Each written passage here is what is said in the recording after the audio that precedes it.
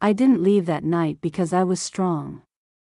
I left because something inside me finally went quiet. It was almost midnight when I heard the phone buzz. Not my phone.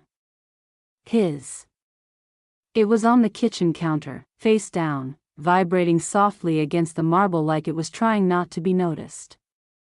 He was in the shower.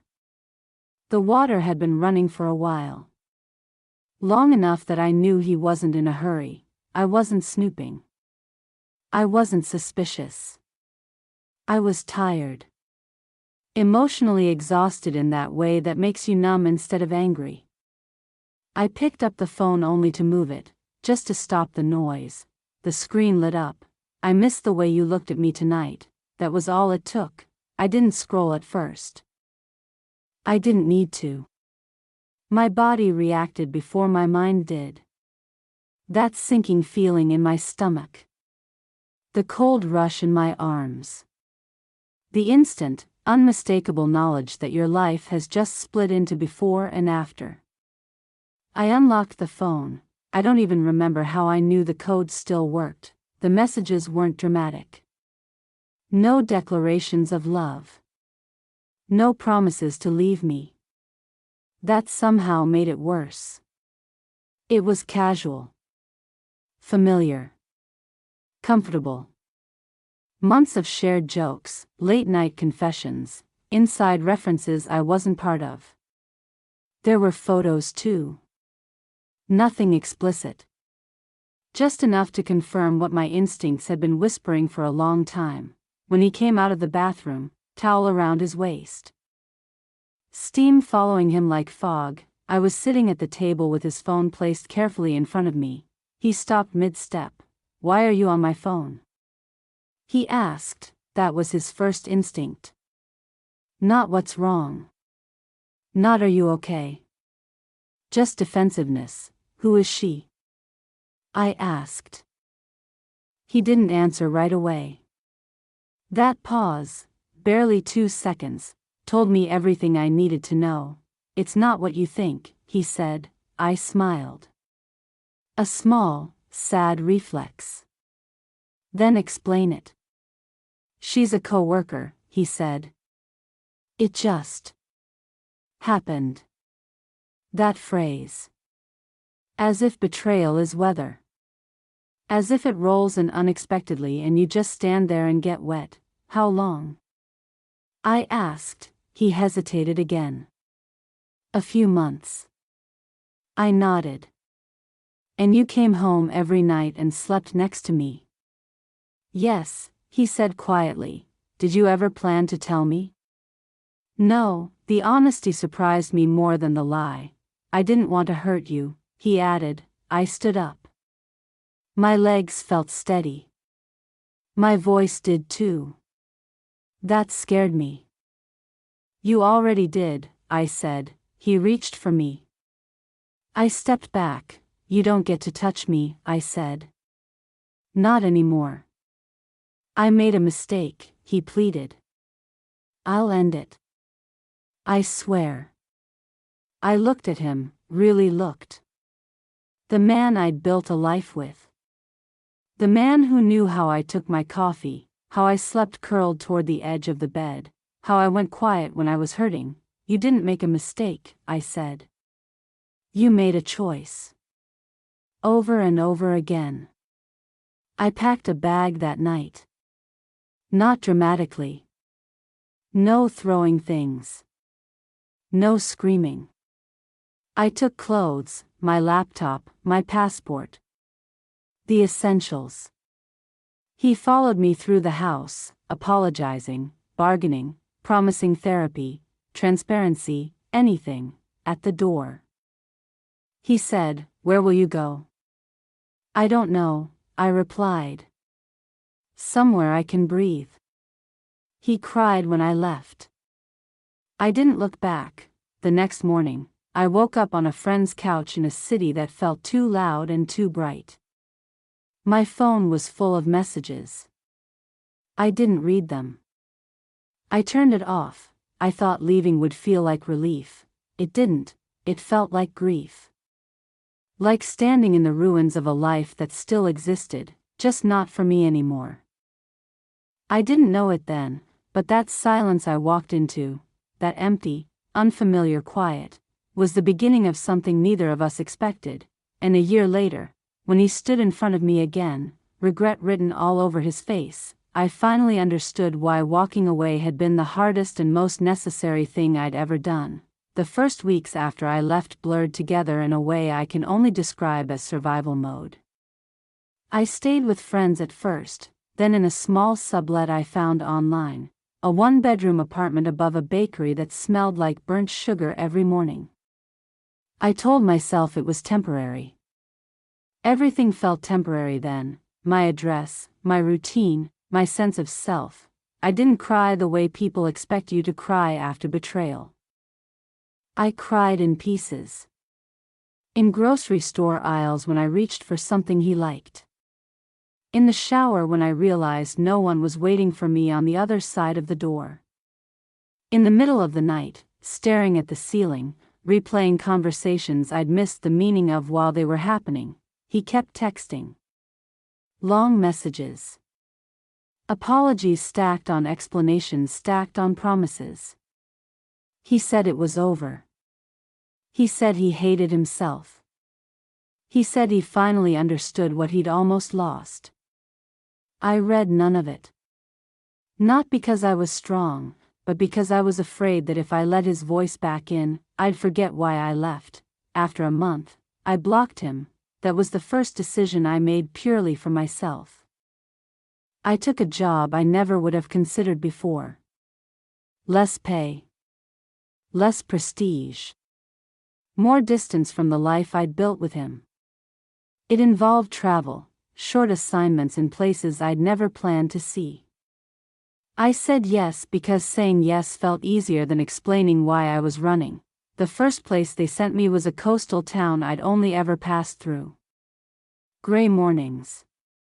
Wind that smelled like salt and iron. People who didn't know me as anyone's wife. That anonymity felt like oxygen. I started walking every morning before work. No music. No podcasts.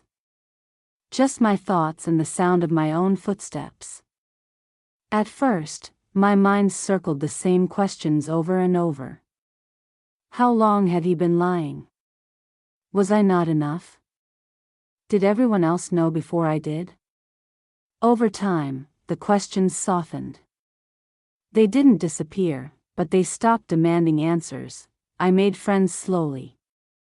A woman at work who invited me for coffee without asking about my past. A bartender who learned my order and never tried to flirt. An older couple who lived downstairs and waved every time they saw me, like I belonged there. At night, I wrote. Not messages to him. Notes to myself. Things I noticed. Things I felt. Small truths that had nothing to do with him at all. I wrote about the way healing isn't dramatic. It's quiet. Boring, even. It's choosing to get up when no one is watching. It's learning how to be alone without feeling abandoned. 3 months in, I realized something that scared me more than the betrayal had. I was okay, not happy. Not healed. But okay in a way that didn't include him. That's when the guilt started, because we're taught that leaving should hurt more than staying. That loyalty means enduring. That forgiveness is the highest form of love. And part of me wondered if walking away made me cruel. If maybe he really had learned his lesson. If maybe I owed it to our history to try again. I almost reached out once. I even typed his name into my phone. I deleted it before hitting send. Winter came. Then spring. My life grew around the absence he'd left behind. New routines. New favorite places. A version of myself that didn't flinch when someone mentioned his name. I heard about him through mutual friends. Carefully filtered updates. He was working on himself. He was seeing a therapist. He was devastated. I nodded politely when they told me, like it was news about a distant acquaintance. Exactly 1 year after the night I left, I was back in the city we used to share. Temporary assignment. Same streets. Same corners. I stayed in a hotel, not our old place. That evening, as I walked past a cafe we used to love, I saw him through the window. He looked smaller somehow. Thinner. Older. Like someone who'd been carrying a weight he didn't know how to put down.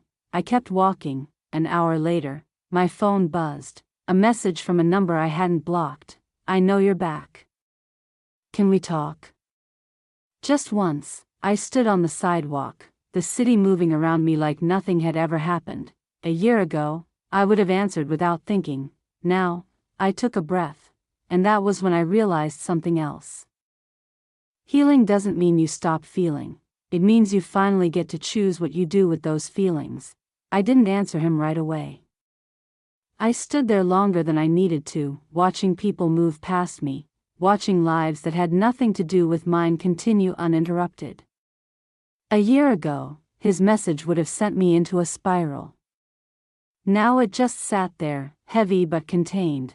One conversation doesn't undo a year of work, I told myself, so I agreed to meet him, not because I missed him. Not because I was hoping for anything. But because avoidance had stopped serving me. I wanted to see who he was now. And who I was when I stood in front of him. We met the next afternoon at a small cafe near the river. Neutral ground. No shared memories embedded in the walls. I arrived early and chose a table near the window.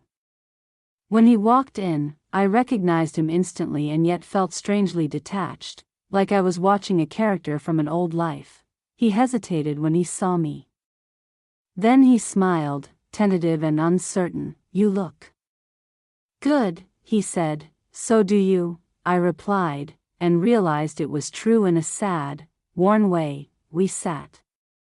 There was an awkward pause, the kind that only exists when two people know each other too well. I'm sorry, he said finally. I know that's not enough. No, I said. It's not. He nodded, accepting it. I don't expect forgiveness. I just needed you to know I've spent the last year understanding what I did. Why I did it. How much I destroyed. I didn't respond immediately. I watched the river outside, calm and indifferent. I left because I needed silence, I said. Not explanations. I know, he said. I didn't respect that at first. No, I agreed. You didn't. He looked down at his hands. I ended it the night you left. That doesn't make it better, I said. I know, he replied. But I want you to know it wasn't worth it. None of it was. I studied his face. The remorse looked real. The regret too. And for a moment, I felt a flicker of something I hadn't expected, pity. I spent months hating you, I admitted. Then I spent months not thinking about you at all. That hurt him more than anger would have. I saw it in his eyes. I came back because I still love you, he said quietly. Because I know I ruined something rare. I took a sip of my coffee, letting the bitterness ground me. Love isn't the issue, I said. Trust is. I'll do anything, he said. Therapy. Transparency. Time. I'll wait.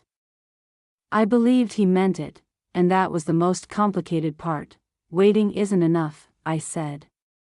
You can't rebuild something just because you regret breaking it. He nodded slowly. Do you think there's any chance? I thought about the woman I'd become in his absence. The life I'd built. The quiet strength that had grown in the space where he used to be. I think, I said carefully, that if we met today for the first time, I wouldn't choose you. The words hung between us. That doesn't mean I hate you, I added. It means I know myself now. He swallowed. And if I had known myself then, I wouldn't have hurt you. Maybe, I said. But we don't get to rewrite our worst decisions. We sat in silence after that. Not uncomfortable. Just honest. When we stood to leave, he didn't reach for me. That alone told me he'd learned something. I'm glad you're okay, he said. So am I replied. We walked in opposite directions. I didn't look back. That night, I wrote again. Not about him. About the realization that closure isn't something someone gives you. It's something you decide you no longer need from them. A week later, he sent one final message. I understand if this is goodbye.